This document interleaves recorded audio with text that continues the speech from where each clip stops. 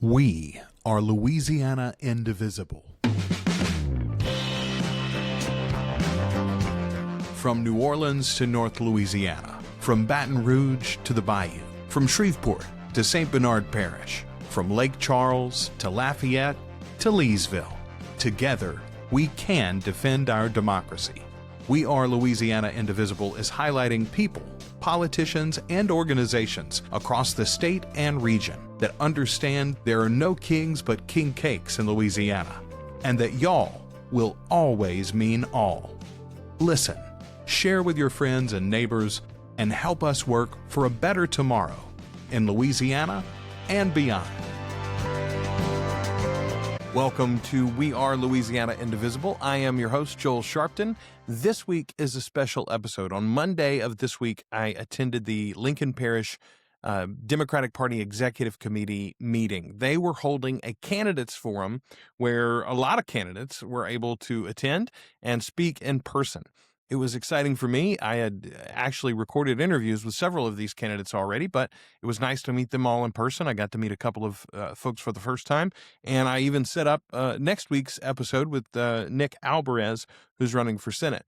In this episode, you are going to meet several candidates. First, we're going to have James Green, who is running for Louisiana Public Service Commissioner. That's our first speaker. Then we're going to meet Matt Gromlich and Conrad Cable, who are both running for the 4th District seat of the House of Representatives, which is currently held by Mike Johnson. Then we're going to meet Nick Albares and Jamie Davis, who are running for Senate in Louisiana, the seat currently held by Bill Cassidy. There are lots of dates that are very important for you to remember. The first one I'm going to mention is May 16th. That is Election Day for our primaries, party primaries. Democratic and Republican primaries will take place on that day for all of these seats that I've mentioned. And on that same day, Louisianans are going to be voting on 5 amendments that have been put forward for the Louisiana State Constitution. We'll have more info on those for you in an upcoming episode as well. Right now, let's get to our speeches. This is James Green, who is running for Louisiana Public Service Commissioner.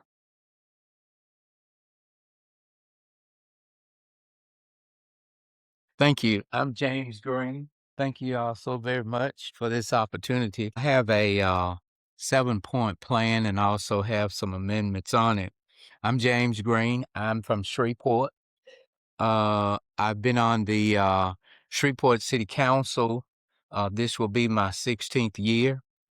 I'm pastor of the Union Mission Baptist Church located in Shreveport at 6029 Buncombe Road, Shreveport, Louisiana. I've been the pastor there for 49 years. I'm sure you all thought I was about 49. I'm sure you all thought I was about 49, but I've been there faithfully for 49 years. So as you look at the 7-point plan, and of course, Foster Campbell has always been one of my heroes. But if you look at the plan, number 1 is lower utility bills and pay rate protection. The next thing is, for instance, no family should have to choose between putting food on the table and paying their utility bills. I just think that utility bills are out of control, and I'm a fighter. And you can be a fighter, but you got to fight the right fight and fight for people. The second one is reliable infrastructure and power grid reliance. First of all, they need to take care of the power grid because, you pay your bills, and then when the storm comes or when the ice comes, then the electric go off. As it go off, it ought to come back on. And I just think before the storm comes, they ought to trim the trees. They ought to do whatever infrastructure it takes to take care of the business, because it's not right for people to have to go for weeks and months sometime with no electricity. And then they give you an excuse, but nothing happened. So when the storm hit and our power should, when it goes off, it should come back on. Number 3, we need equity for North Louisiana and underserved communities. For instance, where you live should not determine the quality of your service. And therefore, it doesn't matter where you live. You ought to have top of the line service. Accountability and oversight of utility companies. If utility companies can raise rates, they also ought to raise standards. They keep raising rates, but they don't raise the standards. They just take all the money, and big companies always do that. Expanding access to broadband and modern communication services. In today's world, access to the internet is access to opportunity. There are some communities in our state that don't have internet, they don't have broadband, and I think that's very unfair. Kids have to go different places to libraries to get on the internet, and I just think that's unfair. Energy efficiency and cost-saving innovations. The cleanest energy is the energy you don't have to pay for. Consumer advocate and public engagement. This seat belongs to the people and not just to insiders. And I just think that I was born for this at this particular time. I'm a servant. I've been serving, and I want to continue to serve. And so I would appreciate you looking at the information. I'd appreciate if you would give me a call if there's something that you know that should be done, that should be taken care of. Then I feel that I'm that servant. Um, while I was on the city, since I've been on the city council, I've never had a fundraiser. I've always funded my own campaign because I didn't want any strings attached. Sometimes when you take folk money, then they expect different stuff. So during the time when I had my interview, when I filed, then they asked me, they said, well, your opponent said that he would not take money from energy companies, and would you? And so at the time I said to them, well, first of all, it just came to me, but I said that I need to get my message out. So therefore, if there's somebody who wants to contribute to the campaign with no strings attached, then I would receive whatever money. So but it doesn't have anything to do with my integrity. Now, one of my opponents is independently wealthy, so he made that pledge that he would not. If I was independently wealthy, then I wouldn't either. But if you check my record as city councilman, I've always financed my own campaign. So I know there's some other folk got to come, but if there are any questions that you would like to ask, then I'm number 19 on your ballot, and I'm a servant. I just want to make a comment. I do not apologize. I'm somewhat biased in this race. I choose to vote for and do whatever I can for Pastor Green. I know him for more years than what he said. He said he was at University number two. But nevertheless, I think I want to thank you for coming to Ruston tonight, and whatever we can do to help you spread the message, we'll be willing to. Well, let me take that back. I'll be willing to. Thank you so much, and I thank Richard for inviting me. His dad and I were very, very close friends. In fact, his daddy came by my office to see me basically every day. We talked about politics, we talked about people, we talked about helping people, and thank you so much. Yes, sir.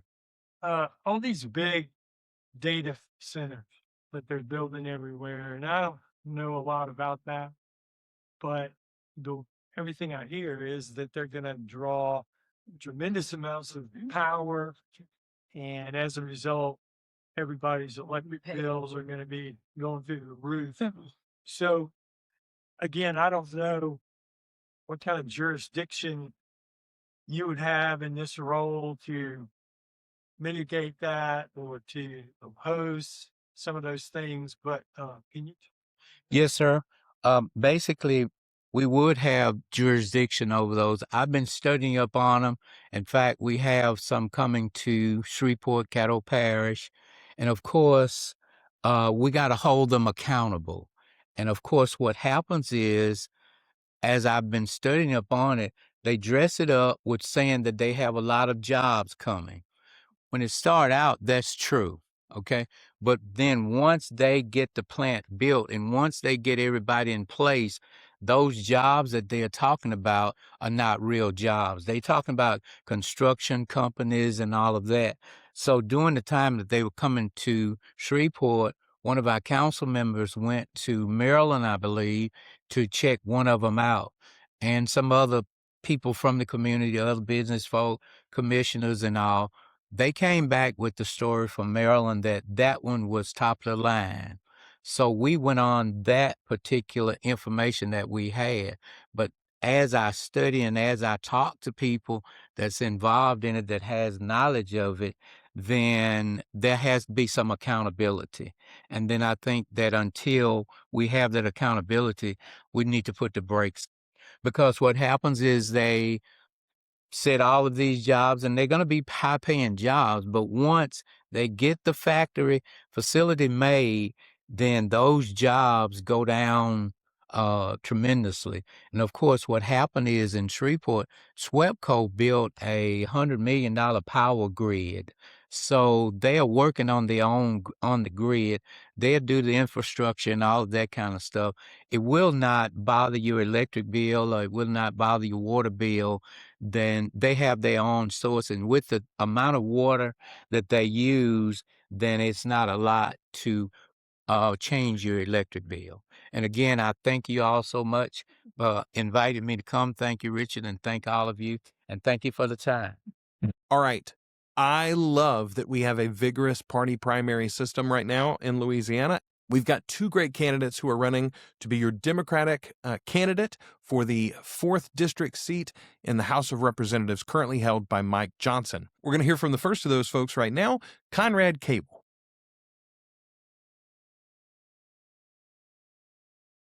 But Conrad Cable from Marion is going to, Marion, is that close enough? Yes, look, my Okay. folks have lived in Marion for 6 generations. I will take that as my hometown. Okay. Hey, Lawrence, thank you so much for having me, and thank you, Lincoln Parish DPEC, for being here and being boots on the ground of our party here in Ruston and in Lincoln Parish. I'm going to do my best to not cough, but y'all work outside, and the pollen the last week has been so bad, and I'm a little sniffy, but I'm going to do my best. So y'all, I am running for Congress because I believe that the government should work for the people, not for the special interests. And what I have seen happen over the last 10 years that Speaker Mike Johnson has been in Congress is that he has not represented the people of District 4. He has represented the special interests and the campaign contributors that finance his campaign. We also have a Speaker of the House that is ignoring the Constitution of the United States. So not only has Mike Johnson acted like a bad neighbor, and that goes against our real Louisiana values, he also hasn't stood up for the Constitution and stopped President Trump's illegal tariffs, which are a stranglehold on our small businesses, and he has not stopped the illegal wars in either Venezuela or Iran. And I believe that the good people here of Louisiana sure as hell don't want to pay more taxes, and they surely do not want a war in a foreign country that does not, one, make the United States a safer place, or protect the world and democracy. In fact, I think Mike Johnson could care less about democracy, because we are also talking about the SAVE Act that is working its way through Congress right now, and the amount of people that is going to affect, because these people believe that voting is a privilege, not a right. And whenever folks want fewer people to vote for them, instead of more people participating in our democracy, it means they're running on some really unpopular policy. And that's why I am standing up for families and working class people here in Louisiana and all over the country. Because we can do better than cutting $1.5 billion from Medicare and Medicaid here in this state. We have to protect Medicare and Medicaid and the cuts that were made in the big ugly bill. And we have to expand healthcare access so that more people can get the treatment that they deserve. Whenever people ask me why I'm running, one of the reasons is that here in District 4, we could have 11 of our rural hospitals closed. And that means that people who are my friends, my loved ones, my neighbors, my family, means that people we all love are going to die unnecessarily because they couldn't get the treatment that they needed in an emergency. In Union Parish, it means folks are going to have to drive to El Dorado, Arkansas, here in Ruston, or to West Monroe, Louisiana, an hour to an hour and a half. And if they close the hospital here, where are you guys going to go but down the interstate? We deserve better representation, and our people deserve to be treated with dignity and respect. I started into politics through food policy advocacy, and I believe that no matter what zip code you live in, you deserve to access fresh, healthy food to cook your family a nutritious meal. I met Speaker Mike Johnson a few years ago in his office in Washington, and I asked him to make it easier for farmers to connect with SNAP, EBT, and WIC, these federal nutrition programs. And he told me then that that was a bipartisan bit of legislation, and quote, that's what they should be eating. But under the big ugly bill, SNAP benefits have been cut in Louisiana by 30%. It means that the average SNAP recipient went from $2.10 a meal to $1.60 a meal.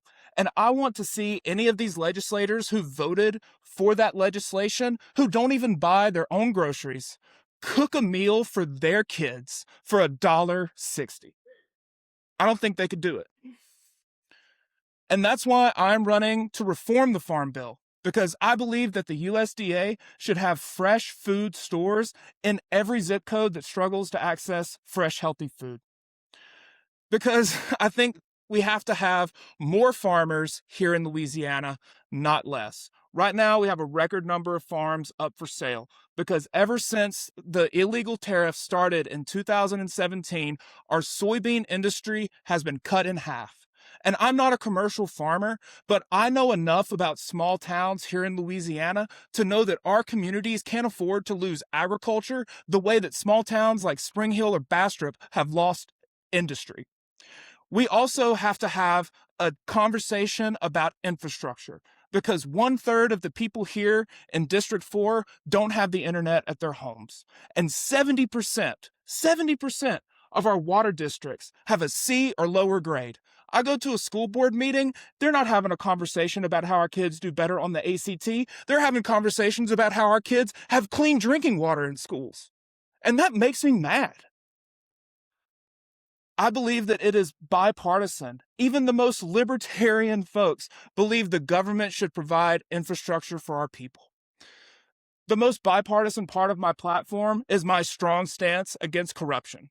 Because even though we are in a conservative district, I believe that people here know the difference between right and wrong. And the majority of people don't think that folks should go to Washington to get rich. They believe that folks should go to Washington to represent the interests of the people who sent them there. We have a big uphill fight. We are running a campaign against the most powerful and the most corrupt people in this country. And y'all, we live in a state that does not have the infrastructure at the moment to, one, raise money so that candidates can win, and two, turn out voters so that we make a difference at the ballot box.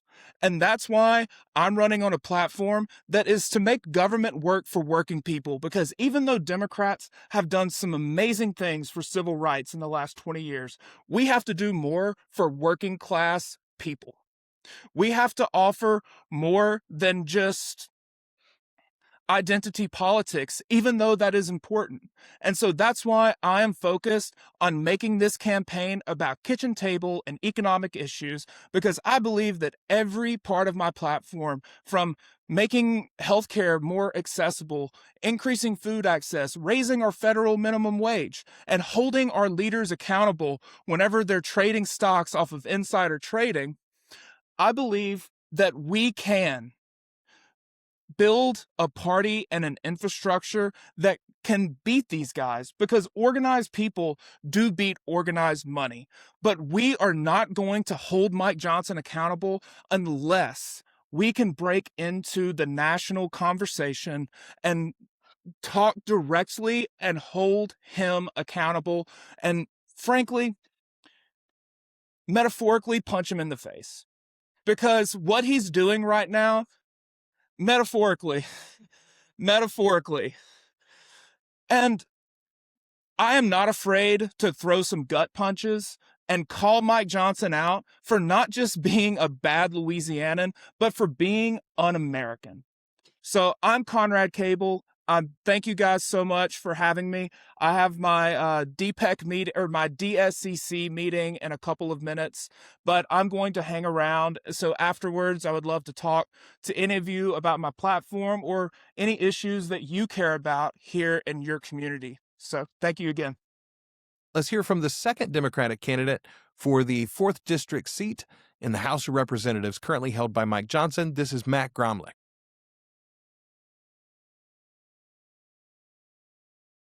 Hi, everybody. Thank you for having me tonight. As mentioned, I am Matt Gromlich. I'm running the same position in Louisiana District 4 to unseat Mike Johnson. But first, Conrad and I have this primary that we're going to go to, and that's in May. So hopefully everybody, you have your calendars marked down for May for the primary. My background, I'm an educator. This is my 14th year teaching. I started out teaching high school math and science. Now I teach future high school math and science teachers at LSU in Shreveport. And I'm running because I've seen the damage that is caused by this current administration and when Trump was in office. And the first time, the damage it does to our children and our communities. And I can't sit by any longer and see how terrible these policies are and how much it is negatively impacting the youth and our future.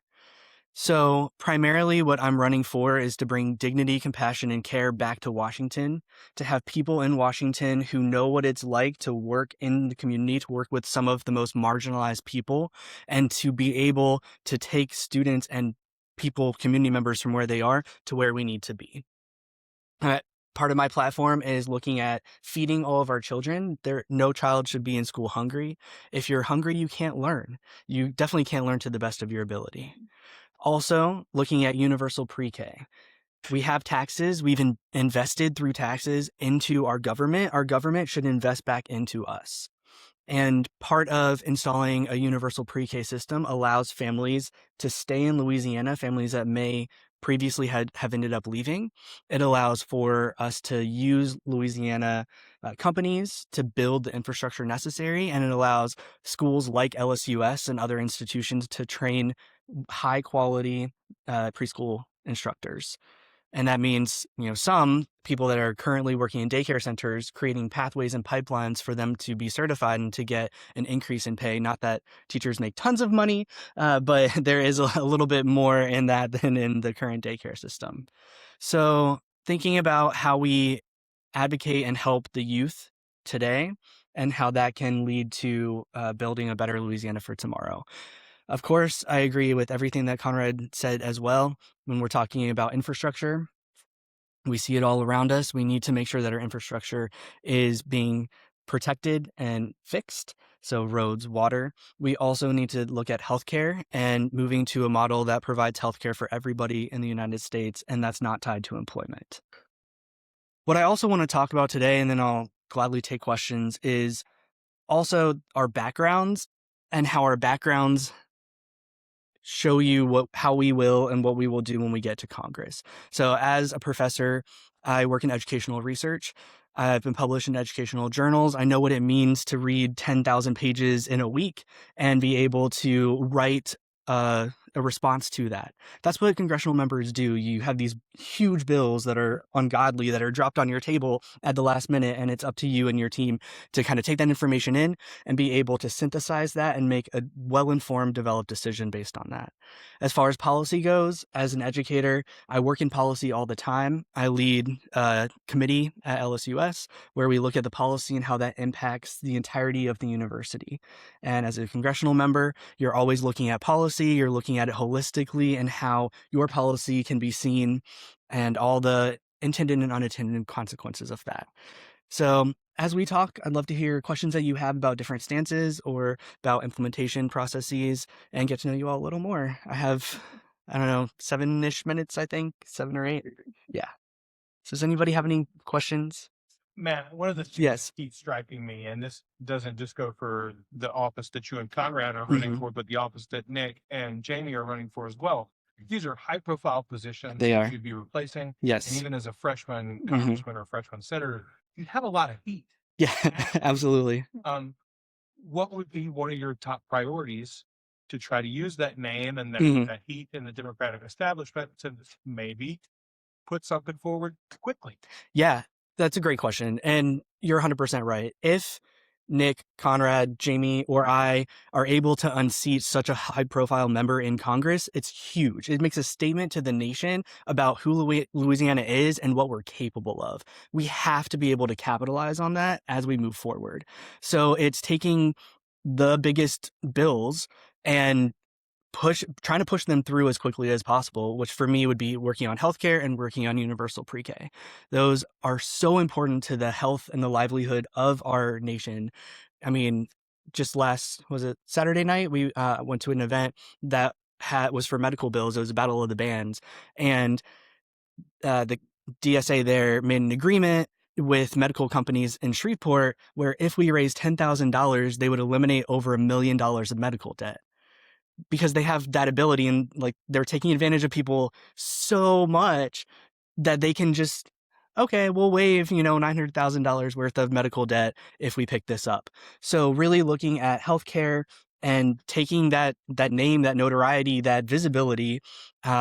Hopefully we're able to work with the Louisiana delegation and make something bipartisan, working with Troy Carter and with Cleo Fields, as well as any of the Republican representatives who want to work with us. I think that you use your name and you kind of force them to have to work with you because you've made this historic event happen. The one thing I hear about is the fact that Louisiana is losing population. Yes. And, there could be different reasons for that as far as like Mhm. lack of opportunity, or maybe some people don't feel welcome here and things Mhm. like that. So just wondering if you had any thoughts on how to turn that around. What needs to change so Mhm. people don't leave Louisiana and people come to Louisiana. Yeah. So I think first is stop the bleeding. Let's figure out how to keep people from leaving. And there are very key phases where, in my position, I've seen that people leave the state. It's either for college, it's right after college, and then it's when you're wanting to start a family. So if we're leaving for colleges, how do we invest more in our higher education system? How do we provide those degrees and those pathways in a way that's affordable and that makes sense to people so they can stay here? And I think that the Louisiana system is doing that somewhat to try to kind of keep students in-house, but we are losing people to higher institutions. Secondly, once you graduate from college, you need a job. And so we have to be able to encourage different businesses to come here, raising minimum wage, and then also providing a living wage for people so that they stay. If you could get a similar job in Texas, in Arkansas, or in any other state for twice the income, like why wouldn't you do that? You're young, you're likely, single, likely don't have kids. Like that is the time to move.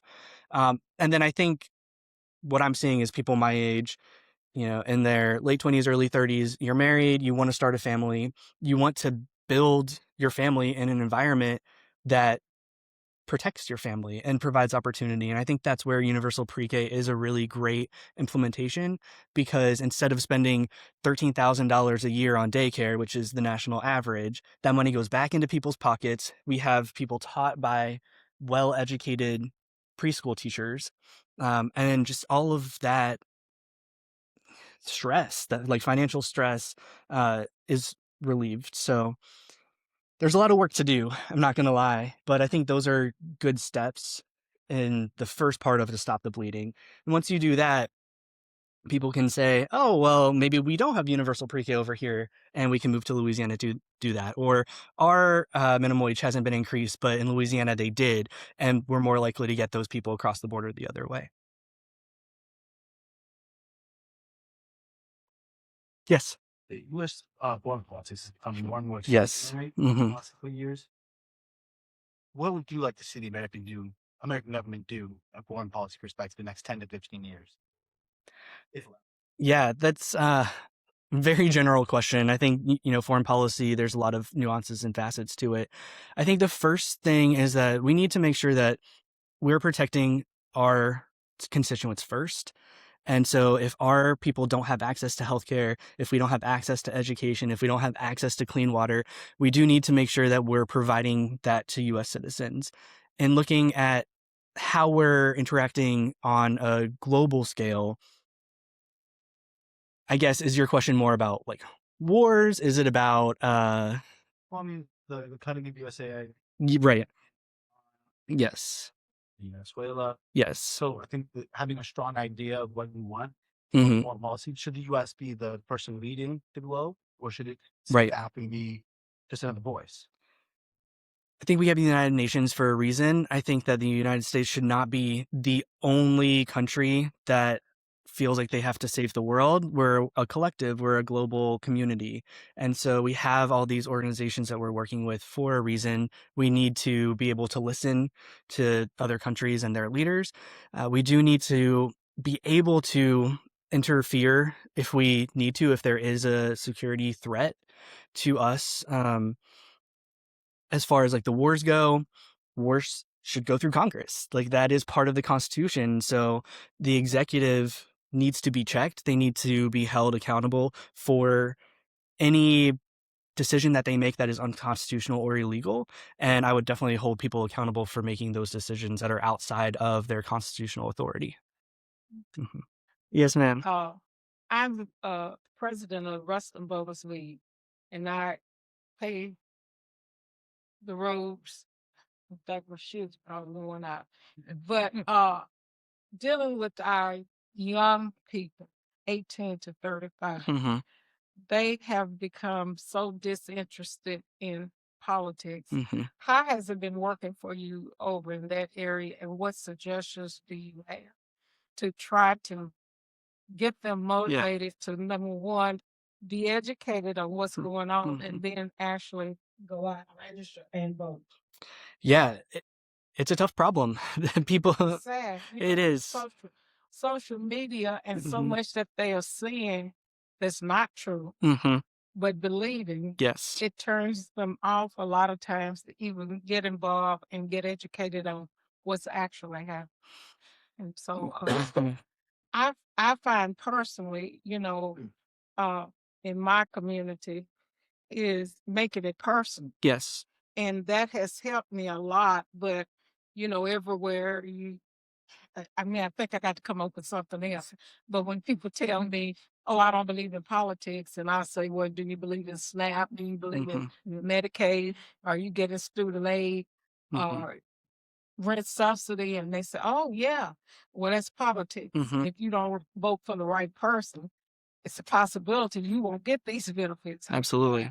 But I'm trying to come up with something else other than that. And I was just wondering if you had any ideas. Yeah, I think regardless of age, meeting people where they are is extremely important. Being able to meet people in different venues, so whether that's like a physical space, an online space, and then using these platforms that we have. Yes, there's so much misinformation and disinformation, and we have the opportunity to put some actual positive, real information on those platforms so that people can use it. So I have been working with a Gen Z team and getting, different messages out in a way that is consumable to the younger population, getting, seeing some good results with that.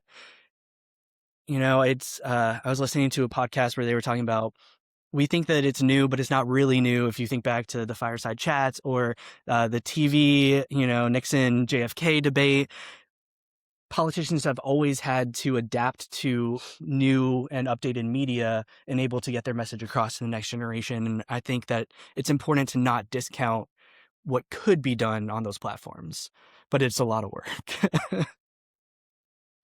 All right.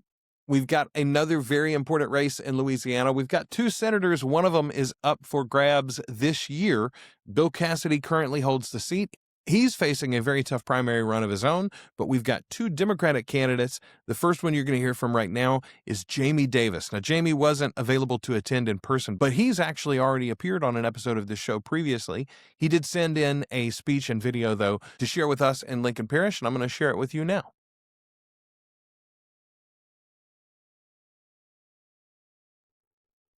Good evening, and thank you to the Lincoln Parish Democrats for the opportunity to be with you tonight. My name is Jamie Davis. I'm a farmer from South Parish, a husband, father, grandfather, and I've had the honor of serving my community in many ways. As the vice president of parish government, we work together to deliver a new water system for the people in St. Joe. And through organizations like Head Start, Northeast Louisiana Railroad Board, Farm Bureau, and the USDA PVPO Board, and of course my church, Harvest Baptist Church. I'm running for the United States Senate because Louisiana is at a crossroads. Too many young people are leaving. Families are struggling with rising costs, and too many politicians have stopped listening to the people they serve. I grew up in a family where hard work wasn't optional. My parents were raised on a farm in the Louisiana Delta where education wasn't always within reach, but they believed their children should have that opportunity. Because of that, I became the first in my family to graduate high school, and I attended LSU. That taught me something I've never forgotten. When people are given an opportunity, they can change the course of their lives. Nowhere in North Louisiana represents this opportunity better than Lincoln Parish. This parish is home of two remarkable institutions, Louisiana Tech University and Gromlich State University, where thousands of young people come each year to prepare their future. But too often those students walk across the graduation stage, take one last picture with their families, and leave Louisiana to find opportunities somewhere else. Not because they lack talent, but because we haven't built an economy that keeps opportunity here at home. As your United States Senator, I want to make sure that talent that's coming out of Louisiana Tech and Grambling can stay right here in North Louisiana and build businesses, careers, and families. My campaign stands on 4 pillars: affordability, education, healthcare, and upholding the Constitution. I will fight to lower costs for working families, raise teacher and law enforcement pay, expand healthcare access, and hold leaders accountable to the Constitution they swear to defend. But leadership is always about value. I believe women have the right to make their own healthcare decisions. I believe we must secure our borders while welcoming new Americans and provide a lawful path to citizenship. And when it comes to projects that affect our communities, whether it's carbon capture pipelines or massive data centers, the people should have the final say. There should be no decisions without the people's vote. I'm running because rural communities deserve a stronger voice in Washington. Across North Louisiana, families are struggling with healthcare costs, insurance premiums, and an economy that too often leaves rural Americans behind. I understand those struggles because I live them too. When you run a farm, you learn what it means to sign the front of checks and the back. You learn responsibility and the risk, the importance of planning for the future. That's the perspective I want to take to the United States Senate, because the decisions made in Washington should work for places like Ruston, Grambling, and the rural communities that make up the backbone of Louisiana. I believe we can build a future where students educated in Lincoln Parish can find opportunity in Lincoln Parish, where rural communities have access to quality health care, strong rural hospitals, and the broadband infrastructure needed to compete in today's economy, and where working families can afford to build their lives right here in Louisiana. But that future won't be built by one person in Washington. It will be built by the people of the state who believe in hard work, fairness, and opportunity for all. And if we stand together, work together, and refuse to give up on Louisiana, then the best days of this state are still ahead of us. Opportunity and unity for one Louisiana. Thank you, and I will be honored to serve and earn your support. Learn more about my campaign at jamieforlouisiana.com. That's Jamie, F-O-R, Louisiana.com. Thank you. Our final candidate from Monday evening is Nick Albares. Nick is also running for the Senate seat from Louisiana that Bill Cassidy currently holds. Let's hear his speech from Monday night.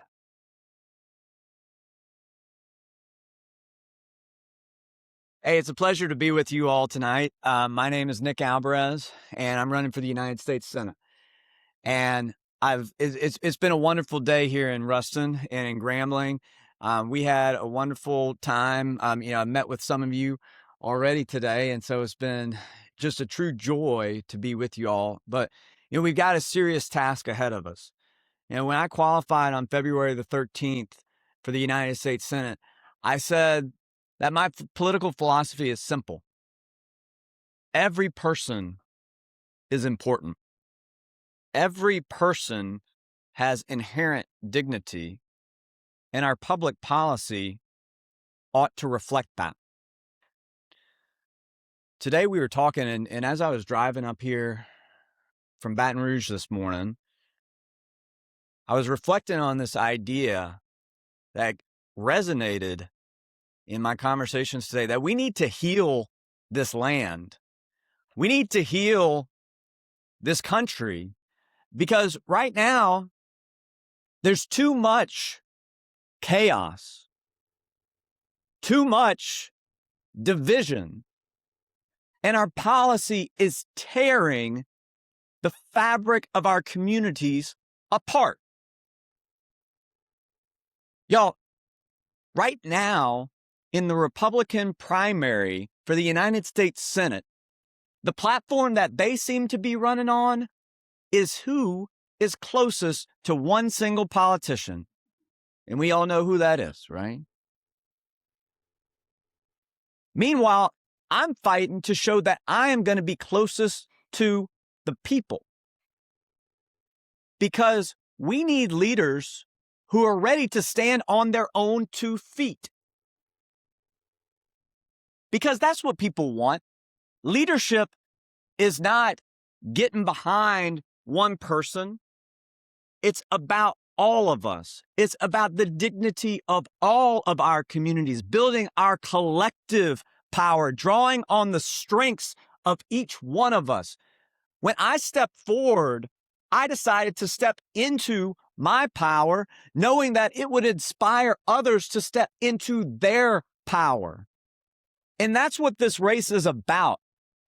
That's why I'm running for the United States Senate. That's why I know that I can win this United States Senate race. That's why I know I will win when we come together from every corner of this state of Louisiana, because this is a great state.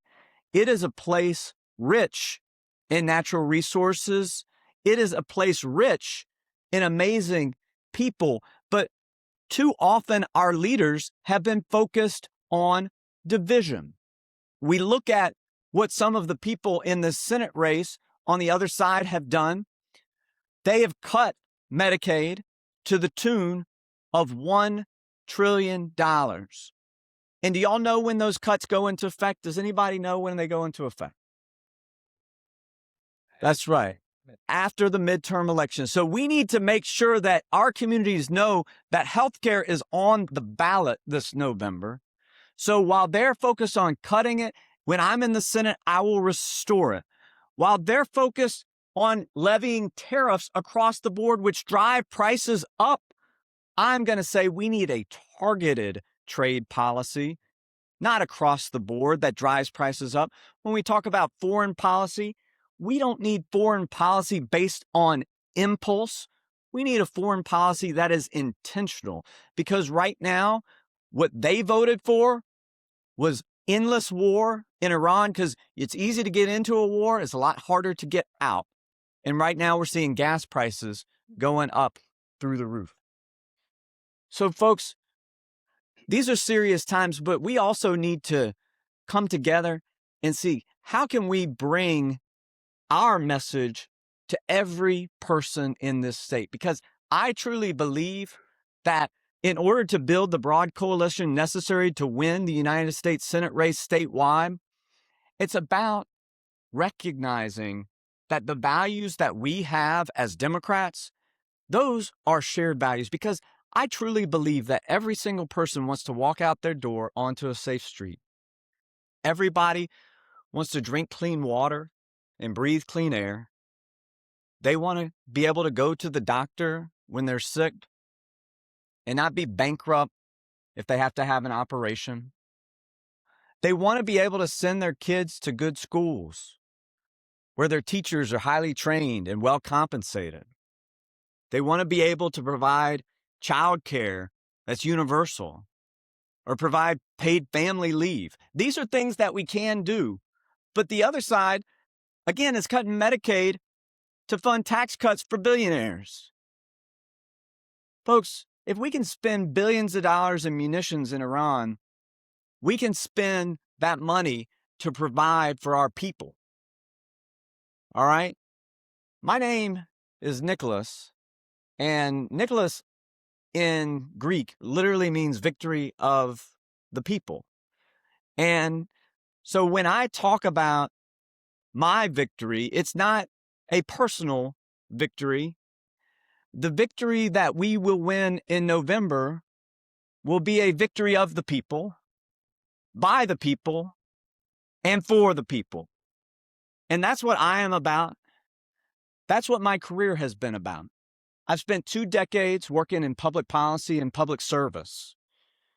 And I've been what I call, to use a football analogy, a redshirt freshman, because I've been preparing my life for this moment, to step out onto the field and to take what I need to take as my next step. And so I hope that you will join me in this effort, because it must be the effort of the collective. It must be the effort of all of us. And I know that we can do it when we do it together. So thank you all tonight, and I would be happy to take any questions that you have. So, Nick, what is the first thing that a hopefully democratically controlled Senate would be able to do to curtail and begin to hold accountable this administration at the federal level? A lot of the problems that our previous candidates have been talking about are really state focused, and that's great. You got a lot of problems here, but what can we do to slow down and hold accountable this administration as a whole? Accountability is a really important word that you just said, because that's what is needed in the United States Congress, and that's what's been lacking. The Constitution lays out branches of government for a reason, because we should have co-equal branches that need to do their job. And so I think foreign policy is an important example. Now, I do not wish the worst upon our country. I do not want the country to continue to be driven into a ditch and be controlled by chaos.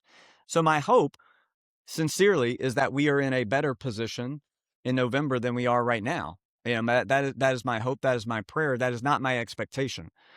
But as it relates to the War Powers Act, the Congress must take the responsibility of its constitutional authority to determine whether we go to war or not. That is, per the Constitution, vested in the United States Congress.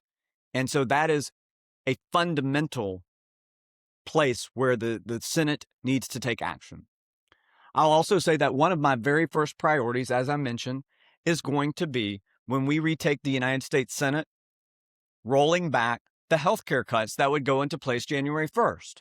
Because I think that when we take the Senate, it will deliver a mandate to the administration that people do not want these cuts to go into place. You tried to keep these out of sight, out of mind, beyond the midterm elections, but we're going to shine a light on what's going on. And so I do believe that that is an area where we can roll back those cuts and even get that signed into law.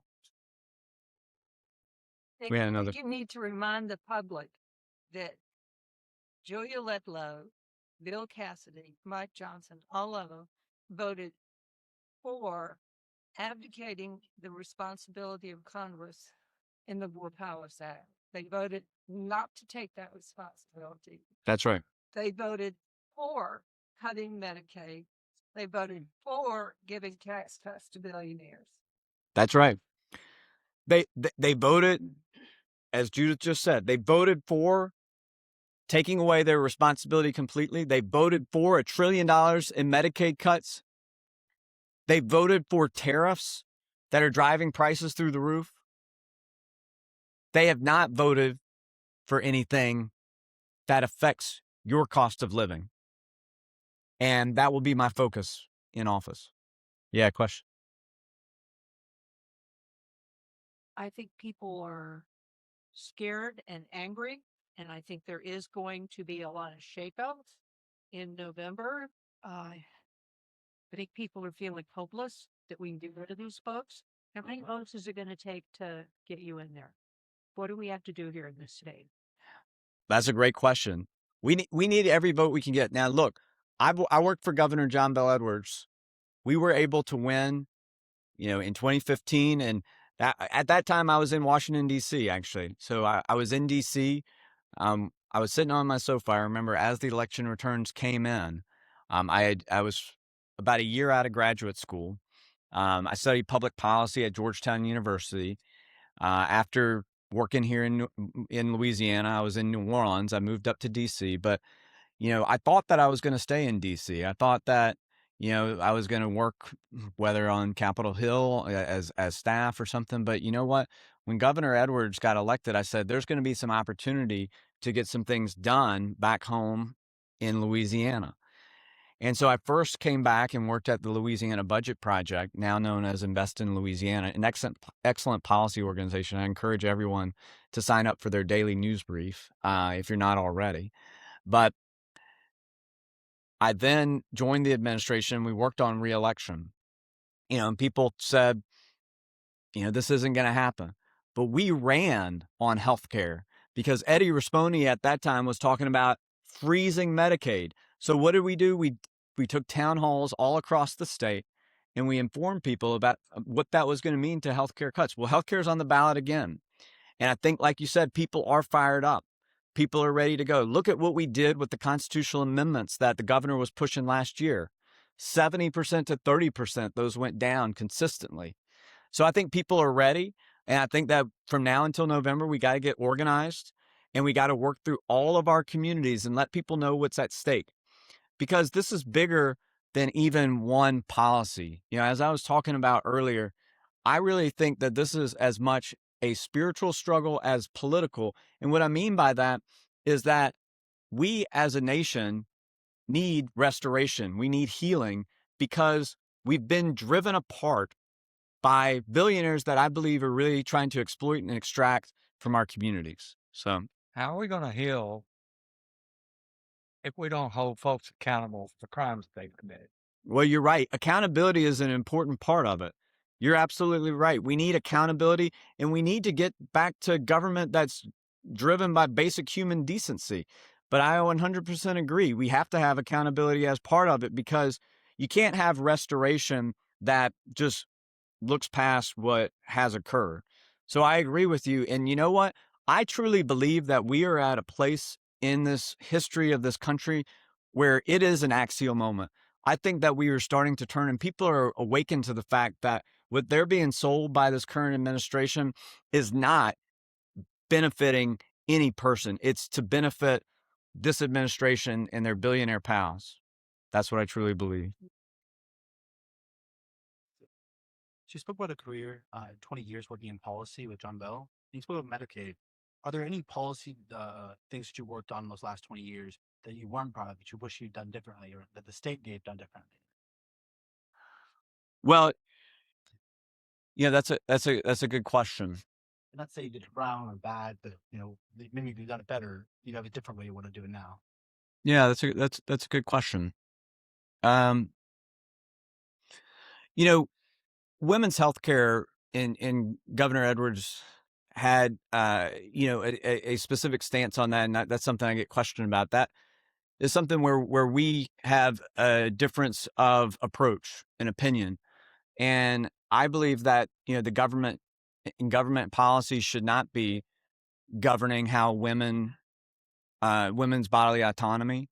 And, that's something where I think, especially in the post Roe v. Wade world, we need to be very focused on how the current regulatory regime, making sure that women are safe, because what you're seeing are situations where women are trying to get care for miscarriages, but are being turned away from emergency departments because providers are afraid to provide that care.